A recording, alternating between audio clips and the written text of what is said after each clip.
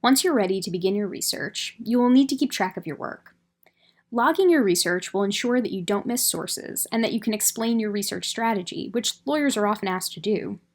Researchers can keep logs on paper, in folders on Westlaw or Lexis, or in another online citation management platform.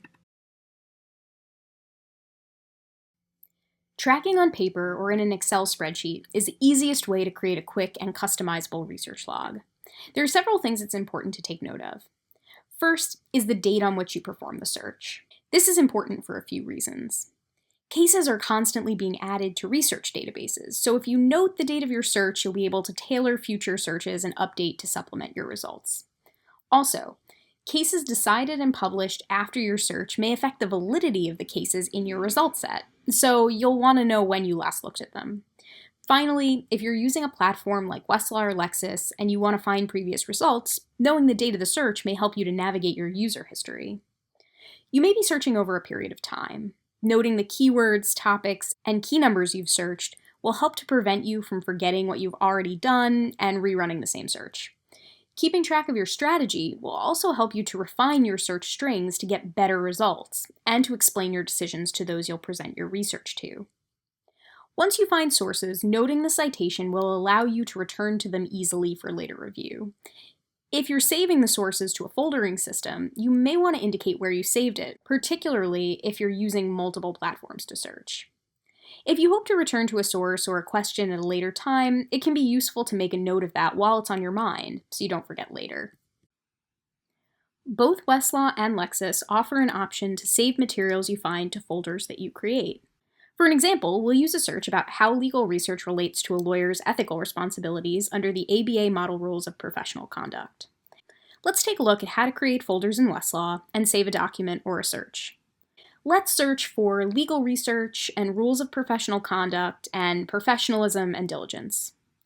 The search yielded 12 results, which is not that many. If you were searching this subject, you might want to read these later.